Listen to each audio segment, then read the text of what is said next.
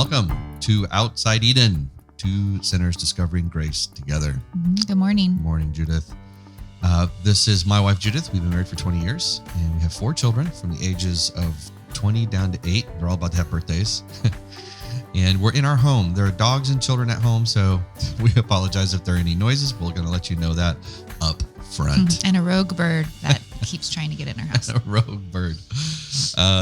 If this is your first episode and you just want to hear about this particular topic, we're glad that you're here. We're going to be talking about teaching your children the fear of the Lord, but this is chapter 4. And Judith, tell them what book we're reading right now. We're reading For the Love of Discipline, When the Gospel Meets Tantrums and Time Outs by Sara, Wallace. And we have really been encouraged by the book so far. So if you want to go back, this is our 5th episode. We did an introductory episode, and then we've covered one for each chapter. This is for our church and for those who could benefit from that. But if you're not in our church and you're listening to it, we hope that you're encouraged, and we'd encourage you to find a good church so that you can be shepherded and have other like-minded believers encourage you as you shepherd your children. Judith, before we jump in, you have to call me Justin at least once. I know. You got it out of the way. It's good. I got it out of the way. Before we jump in, I just think it'd be healthy for us to take like a minute and encourage people. This is a lot. We're already on chapter 4, and I feel like the first 3 chapters were heavy. And if you're thinking, well, I can't go into chapter 4 until I get the first 3 down. No, those 3 are lifelong. Like all the way through adulthood, you're going to be loving your children in those truths. So it's more of being encouraged. What's great about this book is that it builds on itself and it keeps giving you more encouragement and more tools. But you should see it as a means of just encouragement that as you grow with your children, so your love for Christ will grow, your love for the gospel will grow, and then that will hopefully bleed over to them as well. Yeah, I feel like it's one basic kind of fact that we're building on, speaking to the heart. And each chapter kind of shows you a different way to do that. Yeah. So it's definitely not a read this chapter and now go practice that. Yeah. Yeah. And we spent 5 or 6 days concentrated time with our kids. We were on a vacation recently. And so we spent all day, every day with them. And it's just a reminder of that this is a long road. Where, this isn't one like, oh, do this one thing and your children will be fixed for life. If that would be the case, we wouldn't even need Christ or the gospel or the church or the Bible, because we could just do one simple thing and fix ourselves. And then honestly, we wouldn't even need the Lord. And that's what this chapter is about. This chapter, when it talks about the right kind of fear or fearing the Lord, it's about dependence, self-reliance versus reliance on the Lord. I love her definition of fear. So we're going to kind of define some words, because the word in English, it seems like more and more words get lost and meanings are lost. I would say that word discipline is one that we had to kind of work with early on. Submission, when we're talking about in marriage, that's also a high buzzword that has a lot of negative connotations to it. And fear can make it sound like it's something of dread, like we're afraid. And so we hide ourselves. And I don't think that this is the kind of fear she means. And I know for a fact in Scripture, this is not the kind of fear that the Bible, because it says the fear of the Lord is the beginning of wisdom. Well, that can't mean I am afraid and I must hide myself from God and I don't even want to be near his presence, because then that would be not very wise. Right. So I love the way she uses is awe. And I would kind of add to that, it's awe-inspiring trust. Like, proper fear of the Lord creates a wonder of who he is. That's right. And in that wonder, it isn't we go hide ourselves from it because we're afraid of the danger. We see its immense power and want to be in it. Like we want to trust it. Right. So it's really seeing it for it really in comparison. This is me and my capacity of what I can do, and look at God and his capacity and what he can do. And it is terrifying in that it's so much more powerful than we are. But when it's presented to a child, meaning the child of God, it draws us to trust him. Right. Because he's not only just immensely powerful, that may bring some of that fear, but he's also kind and good. And so that instead of it bringing dread, it can bring comfort and hope. That's right. That's right. She has a quote in here, and I thought it was really helpful. There is a danger in neglecting to teach our kids to fear God If God is not to be feared, he is not to be trusted. And I think that's at the heart of what we were trying to say, that the purpose of fear is reliance on God. We see his power, his wonder, his glory, his beauty, and his grace, and it draws us into trusting him. But often we don't fear things that we think are beneath us, that are less than what we are. Because if why would we fear it or even respect it? Because it's, it's like we don't respect the dirt that's under our feet. And this, when we're thinking about reliance, a proper view of God would cause anyone, according to the Bible, cause anyone to completely collapse into his arms and say, I can trust you in every area of my life, right? That's what a proper view of God is. And that's what we want to teach our children to experience and see, is that type of fear. So we're going to work through the book. She's got some practical ways to apply this. All right. So the first section in chapter 4 that we kind of wanted to walk through is they will learn to trust God instead of themselves. Judith, I know you had some thoughts on this section. Yeah. So this part really brought it back to how, again, as believers, what we're teaching our kids is going to be countercultural. We've talked about that in the past chapters. And in this chapter, it relates because what message are our kids constantly hearing from the world, right? Like, you can do it. Just believe in yourself. You can do anything you want to do. You can be anything you want to be, which sounds so, inspiring at its first. Hopeful. Right. Yeah. But what happens when we can't? Like, God didn't make us that way. And so what happens when in our weakness, we're not able to do something, or when we give in to fear or doubt or any of those things? So it's good. It's a countercultural type of thinking where instead of believing in themselves, they are instead recognizing their weakness, embracing their weakness, and saying, I can do it because I believe in God. Like, God can do this through me if this is something he's leading me to. And I believe in him to accomplish that. So, and we'll talk about this in a few minutes when we compare man-based awe versus God-centered awe. But just talking about how we can depend on God for the strength to do those things. And that actually brings a lot more hope and comfort than when we're depending on ourselves in that fear to just, to talk ourselves out of it. Like, oh, well, this isn't something to be afraid of, so it's going to be fine, and trying to give ourselves facts when really it's, what? The reason we're not going to be afraid is because God is with us and God is in control and he will never leave us. Well, they experienced this. We've had 4 children. All 4 of our children have had those moments where they're afraid of the dark, or there's something that's terrifying for them, and they grab onto our leg, or they hold onto our hand, or they don't want us to leave the room. That's because our power is stronger than theirs, and they can feel it, and they feel safe, and they know that the danger may not go away, but they can at least endure it knowing mommy or daddy is there, right? And that's the opportunities that we have of explaining to them, is that this is for the rest of your life. Right. The world is going to want to tell you, you are strong enough. Now, listen, as human beings, we have amazing capabilities of doing things that are just unreal. It's often the creation of God in us is really amazing what we can do. Right. But when it comes down to the real work of life, which is to honor the Lord and to do the work of the kingdom and to love others as God has loved us, we don't really have that capacity. And that's really what we're called to. And we have to look time and time again. Paul talks about that when his flesh is exposed in its weakness, when he's like, I can't seem to be doing what I'm supposed to be doing. And he even speaks of anxiety and fear. He speaks of wondering about trust. And he says, in my moments of weakness, that's when God's grace becomes the most powerful to me. And that's when I realize I have to live life embracing my weakness and clinging tightly onto the truth of his power.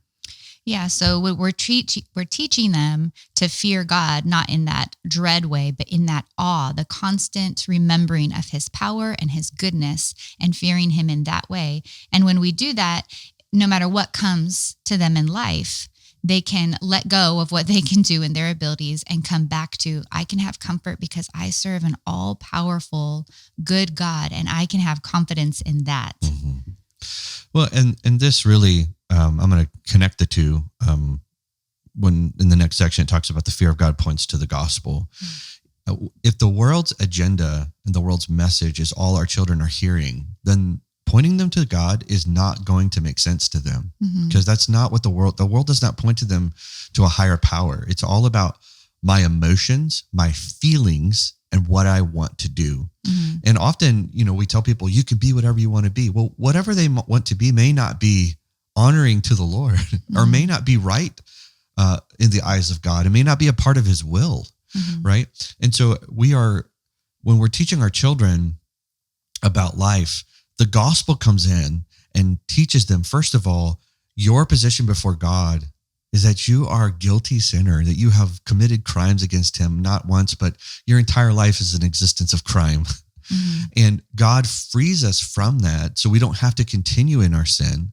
But then our life is now used, whatever it is that God leads us to, wherever we find. That's why you hear passages of, Paul is saying, whatever your hand finds to do for the glory of God. It's not that every child has to be a missionary or a pastor. We don't even teach our children that. Yeah. I've asked a couple of our kids here and there what are their thoughts about, ministry in the future. And it wasn't just something that they felt like God was putting on their heart. And that's totally fine. But what we do teach our children is that their life, no matter what they do, music, art, woodworking, wherever they end up, that they're supposed to be about the work of the kingdom. Right. And the greatest honor and joy is sharing the light of Christ wherever they're at, right? Well, God can give, because that's scary when you think about it. That's terrifying to think like, well, God's going to use me to advance his kingdom.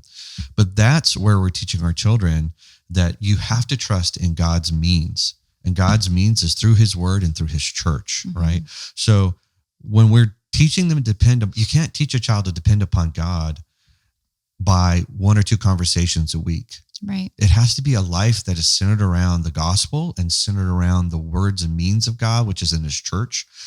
And that means the predominant lifestyle is one that is constantly in this communion and conversation about God, where, I'll say it now, Justin, or Judith, good night. This doesn't happen in our private conversations. I can tell you that. True. Right That's true. It doesn't. now. But you get behind a microphone, and I've been talking to Justin for so long. We have conversations with an 8-year-old right now and almost to be 20-year-old. And yes, they are different, but we are trying to teach our 8-year-old how to deal with his flesh and not speak out of anger and out of hatred. And then at the same time, we're trying to teach our 20-year-old how to not to live out of fear of the unknown and dread in the flesh, right? And why? Because God is good and he's going to be faithful to his plan and he loves her. That's right. That's right. So, I didn't know if you had any additional thoughts before we moved on, but we had just covered they will learn to trust God instead of themselves and the fear of God that points to the gospel. Yes. So the next part, fear of God that points to the gospel. I love that part because, again, I just felt like it was so foundational. It's like laying this foundation for the way you're going to train them the whole time they're in your home. She mentioned a passage. I'm going to go ahead and read it. Psalm 78, 4-7.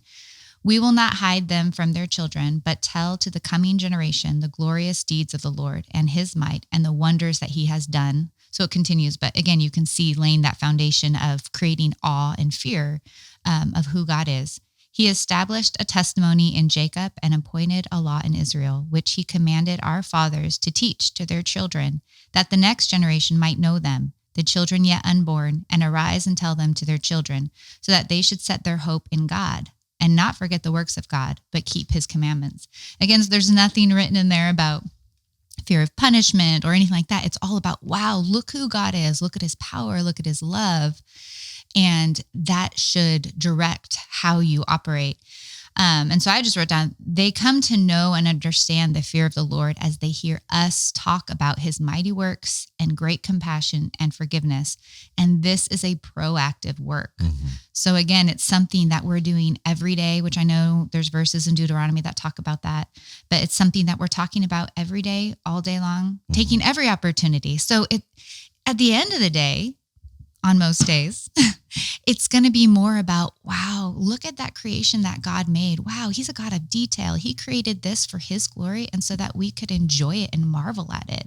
Man, look at this delicious food God created. Like he could have made everything taste bland and be the same color, but he produced all of these different things for us and glorify him in that. Just pointing out all of those details and creating this spirit in our home of we are in constant awe and wonder of God.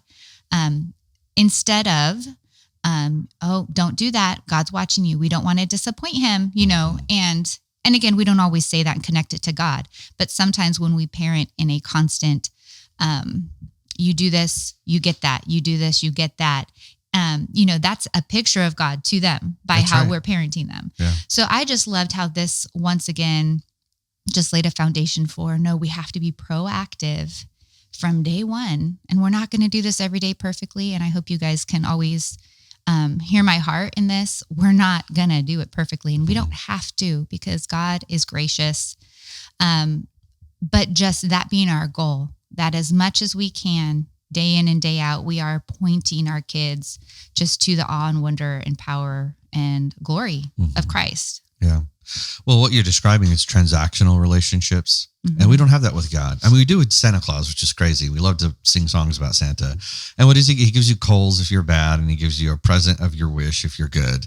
And he keeps a list and he tallies it.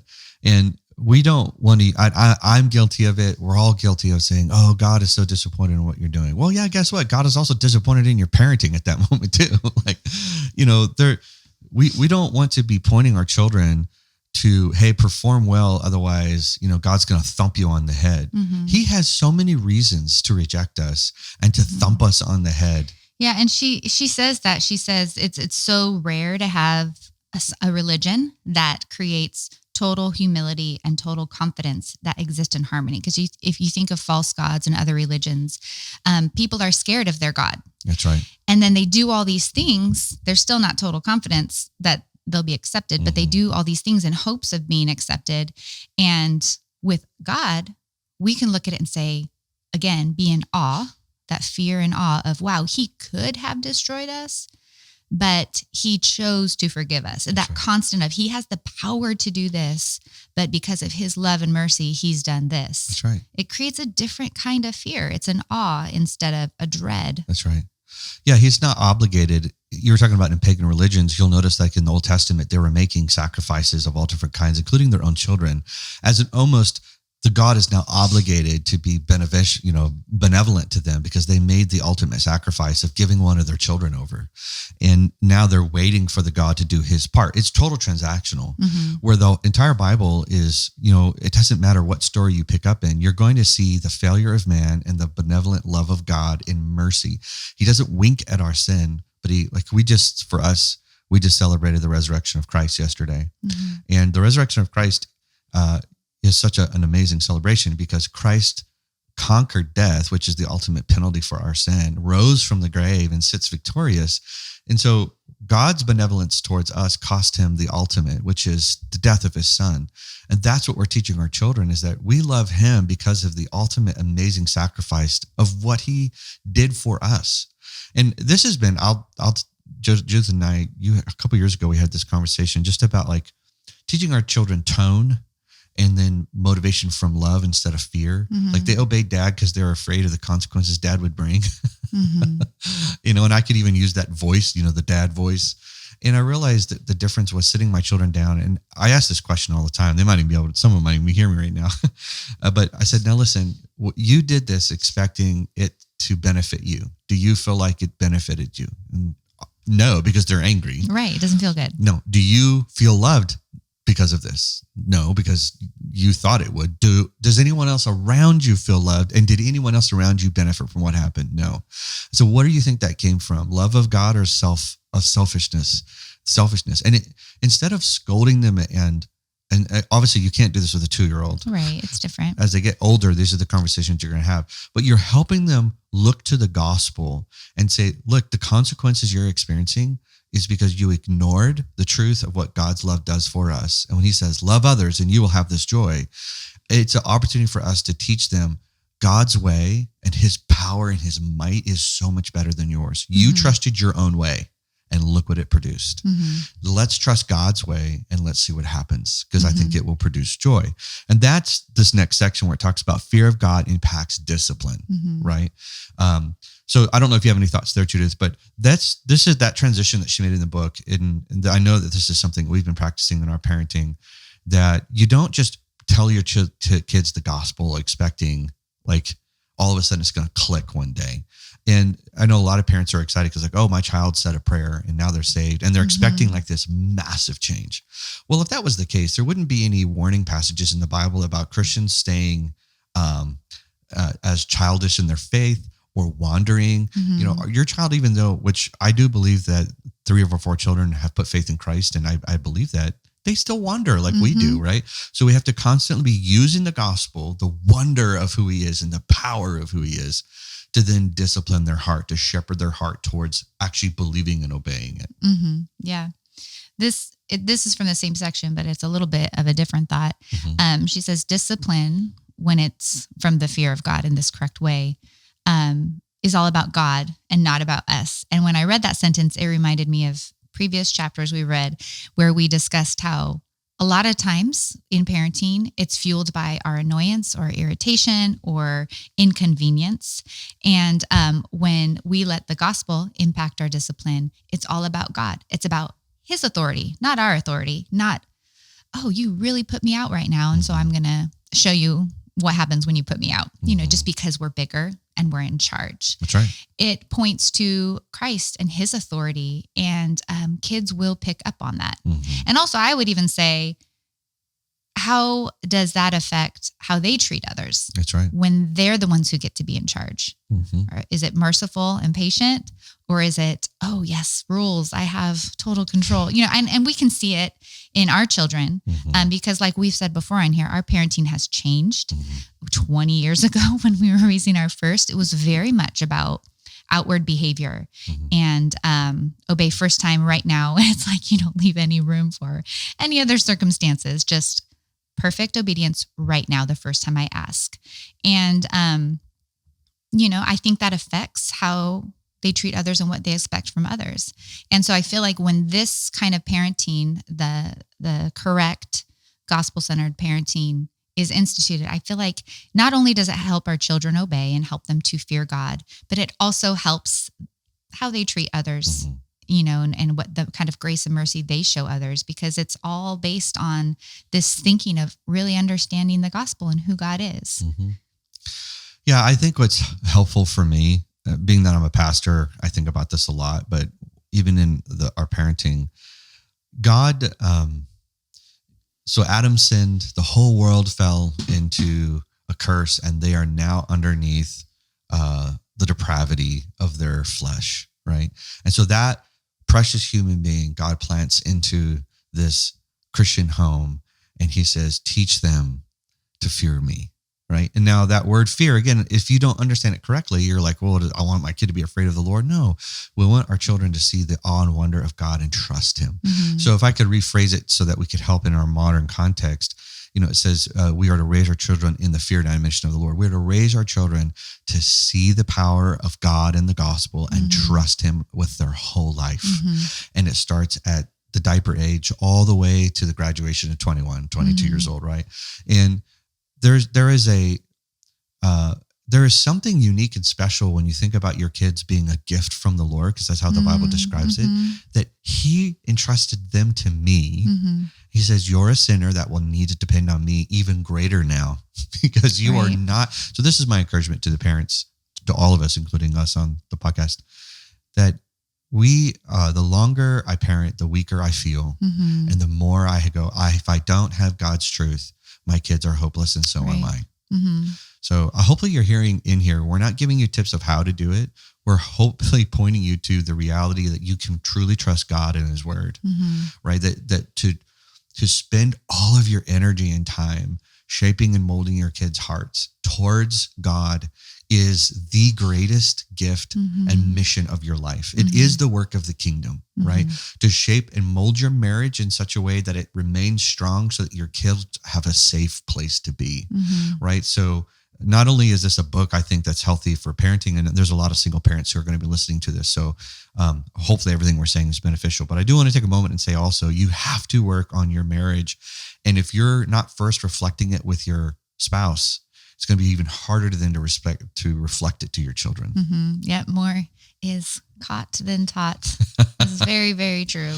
Yes. We remind our older children that as they get annoyed with their younger sibling, he learned it from them. Yeah, they're learning. I mean, we don't expect them to parent him, but they're definitely learning a little bit of a parenting perspective because the age gap is 12, 10, and 8 years older than our youngest. So it's kind of like, you guys, you have more responsibility because he's watching everything you're doing. Oh, and he wants to be just like them. Yes. And everything. So, well, Judith, did you have any other additional thoughts or final encouragements before we, the last section of the book, which I felt like we kind of started with, was how do we teach our children the fear of the Lord in times of fear and times of blessing? I felt like we kind of already addressed that a little bit, but if you had any additional thoughts? No, I don't think so. Okay. There's just this one quote by Jen Wilkin, which is not the author of the book, but she is an author of a lot of great books. She writes, to understand both our insignificance within creation and our significance to our Creator. Again, it just adds to that point that we talked about earlier, that it's this combination of I'm insignificant, is that humility, and then also, but in Christ, He loves me so much. I am His creation, and just how that can be really comforting and can give strength to our kids as they're trying to obey, and also as they become adults and they're trying just to get through life in general. Yeah. Well, and to that point, I will make one kind of last thought here. I grew up, and I even implemented this a little bit when we first were parenting, of instead of exposing our children to the wonder of God, I was more focused on warning them of the harm that was coming their way in the culture, right? So don't do this, don't do that, beware of this, see how that's bad, see how that's ugly, see how that's dirty. And all they ever hear is the negative. And it's like all of their friends, all of their family, all of their neighbors are bad people. And we're the only ones who are the good people because we're the ones not doing that. And that's not teaching them the fear of the Lord. That's all. It's actually teaching them to be a Pharisee. It's better to uplift the wonder and the glory of God and his awe and His mercy and kindness, and then let them see the comparison of like, oh, wait, they're telling me this, but when I compare it to God's love, that love seems less and not helpful. When I compare it to God's wisdom, their wisdom seems harmful. When I compare it to God's purpose, that purpose over there doesn't help anybody. Right. It's like when you're constantly showing them what true love and real beauty is, then when they see the fake, they won't be satisfied by it. Right. Or it's easier for us to identify and point it out because we're pointing them back to, now you have two choices here. You can choose this, what you've experienced in your home in the gospel, or you can choose what the world, because just Judith and I, our kids will come to us and be like, hey, this doesn't seem like it's wrong. I don't understand why we don't do this, or because the advertisement is so good and it's so deceiving that, again, I remember when it was always negative, and it was just so disheartening because all I felt like life was about things I can't do. And in Christ, He's like, you're free to do anything that you want, and I will give you new desires of your heart so that your heart will desire what is right. But you have to trust me in that. And that's where it's been freeing with our kids to be like, what do you want to do? Like, how can that be used for God's glory? Right. How are you going to trust Him where you feel like you're not capable of doing that? What areas can we grow in?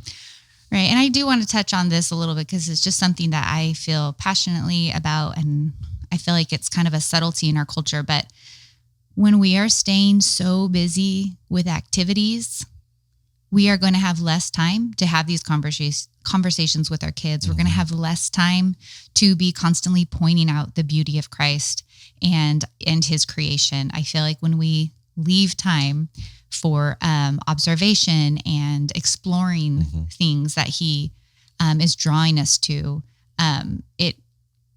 it leads to more conversations. It leads to a deeper look into all these things. So it's just kind of not that activities are wrong. Our kids are in activities. just to be aware of it, be aware and to be taking, I can't think of the word, like just taking note of, okay, let's stop for a second. Let's pause. Are we too busy? Are we having time together? Are we having time to go explore together? Are we having time to talk about things together instead of trying to fit conversations in as we run here or run there? Or, you know what I'm saying? Yeah. In our culture, that's a huge pull. And I just think it's because we are not of this world. I feel like it's important to, as we enjoy things of the world, that we're constantly checking in with ourselves and with our family. Well, and as your kids get older, it's harder. We have two working kids. We have one that's about to have 3 drivers, and we have to sit down every week and be like, hey, look, tonight is dinner night. And the kids know that we don't pull out the Bible every time and have a biblical discussion, but we do talk about life and struggles. And we have a what's your beef night? Literally, like, is there something going on in the house that you're struggling with? And you always know when they have something in mind when one of them will say, hey, can we do what's your beef tonight? Oh, you have something to share? Yeah, typically it's a Monday. So we'll probably do that tonight. And my other thing, and this is going to keep coming out in all of the episodes, if the fear of the Lord isn't what drives your home, then entertainment and culture will. If the church isn't the priority, where they're centering their life around the gathered word and the gathered church for fellowship, encouragement, and sports and activities get in the way, you are teaching your children to fear or to put more trust, inspiring awe in themselves and whatever activity they're in versus the Lord. And I know that's spicy, and I'll save a full conversation on that later. But hopefully this is helpful for you. A little longer than I anticipated. The next chapter is also a long chapter. So we'll hop on to that one here very soon. Thank you for being patient with us. We're trying our best to get these out every week, but we were out of town we're out of town, and we're busy parents, and we have church and life and school. So thanks for being patient with us. Yes, we're not professional podcasters. For sure. Well, you are actually. No, I'm not. I am a pastor. I happen to do a podcast. All right. Love you guys. For those of you that are in our church, and thankful for those of you that listen globally, a part of God's kingdom. We'll talk to you soon. All right. Bye.